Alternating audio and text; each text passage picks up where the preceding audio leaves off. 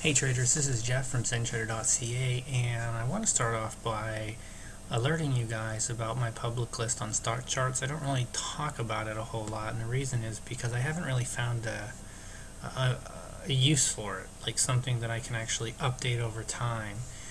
And over the past couple of months, I think what I've intend to and what I've been using it for is for my sector charts.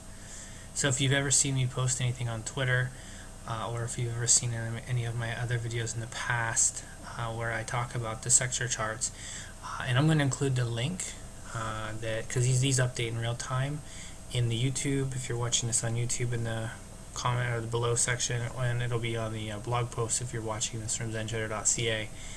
And in it you'll find, let me see a good example. So what I try to do is the date when I comment on something, and the next date when I comment to see whether it did what I said. And over time, this will grow and have more of a track record, and I think it'll be interesting. So if you want to check my charts out there, I'm just trying to see if there's another ones. Like, they're slowly starting to get updated, and I've slowly been trying to, like I said, be transparent and kind of give my thoughts on where I think different sectors are going. A lot of times when I'm on the fence about what the market's going to do, kind of like where we're at now, I like to look at sectors and see what's going on. And right now, I'm getting a vibe that the markets want to pull back, and yet the markets don't look that bearish. So my timing signal on my NASDAQ is bullish, but since it's flipped, it's really done nothing. And so that's kind of one strike against that. When you look at this daily chart, it doesn't look that bad.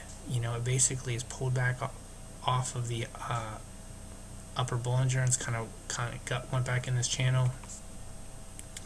The Dow's obviously the weaker. We're below the middle Keltner channel there. When you look at the Dow on this view, it looks really bad. We went down 5 days, lost about 400 points on the Dow, and let me show you this chart. Yeah, it really ran into resistance, and it's just sold off aggressively since then.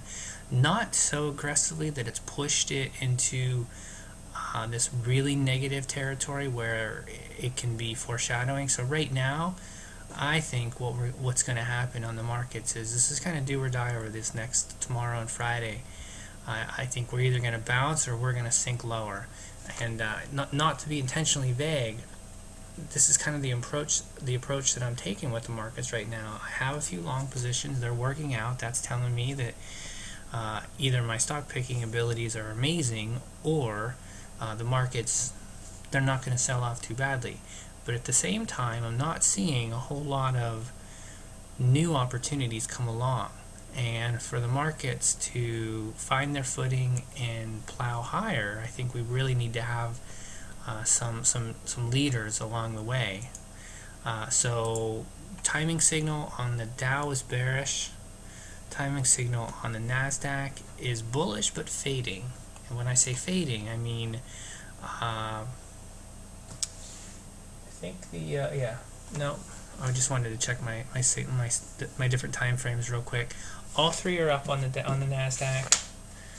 On the Dow, all three are down, and on the Toronto, all three are up. So it's really a mixed market right now. What that tells me is not to have too much in the market.